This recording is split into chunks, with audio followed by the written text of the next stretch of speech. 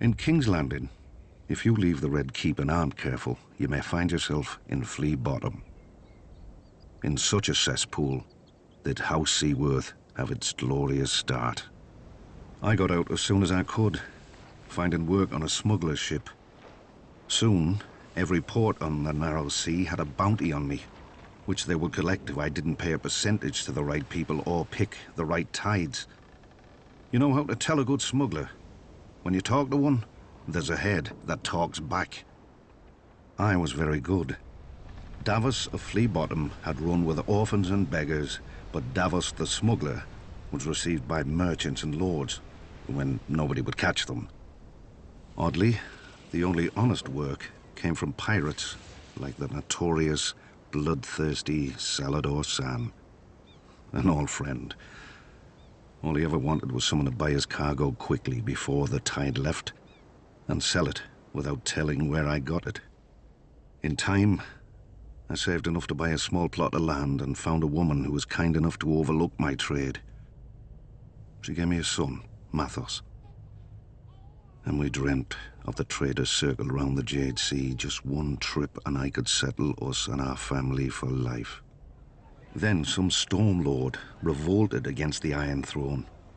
Wars are not as good for smugglers as you'd think. Every harbour fills with guards and inspectors, and the seas filled with blockades and pirates paid by each side to prey on the other. Though I had no love for the Mad King, I'd grown up around the power of King's Landing. I figured this Robert Baratheon would end the same as the other rebel lords, burnt to ash. But he didn't. The North, the Riverlands and the Vale joined him. And then the taverns people drank to Robert's health openly. Brave fools, I thought, but I had a family who'd be left in the cold if I lost my head.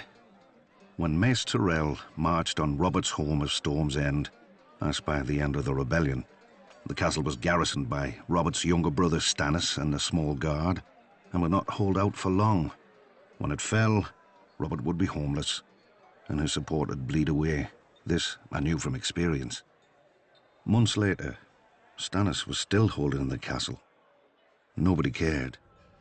But on voyages, I had seen what famine does, and I thought of all those men in Storm's End who would die unmourned and forgotten. No better than Flea Bottom orphans. I told my wife and myself that I'd get a high price for the onions and salt beef. In truth, I knew I'd be captured by the Tyrell galleys or drowned, but I was too stubborn. Later that night, in the dark, in a tiny boat with a black sail, I cursed myself and the moonlight as I waited for the tide to turn. When it did, the wind beat the sail so hard I ripped it down, fearing the Tyrell ships would hear. Luckily, they'd grown lax. With muffled oars alone, I steered my cargo through the treacherous currents and snarls of rock that gave Shipbreaker Bay its name. The waves finally carried me, soaked and near blind from sea water, through the mouth of the cavern beneath the castle. Then, Stannis Baratheon arrived. The siege had left him gaunt, but not weak, never weak. He greeted me and accepted my onions with cool courtesy, betraying no emotion, even as all wept. He doled out the food to his wife and each of his men before he ate himself, a portion no larger than any other. When he finally thanked me, I could see his mind had already returned to the castle's defense. His duty. After Aerys fell and Lord Stark lifted the siege, Stannis summoned me. For my salvation at Storm's End, I was to be granted a knighthood, a keep of my own, and my son taken into Stannis' personal service. Davos of Flea Bottom had become Sir Davos of House Seiworth, and his son would serve the king's own brother.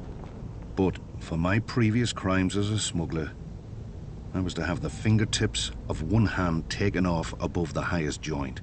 Stannis held that I had flouted the laws of the land for years, and a good act does not wash out the bad. In one fell swoop, or 5, Stannis gave my son a future and my family a name that I could never have imagined, nor earned on my own.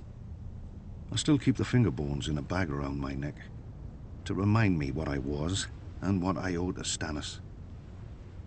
For during my many years as a smuggler, I visited many ports, taverns and back alleys, and saw many things in this world, but never justice. Until Stannis.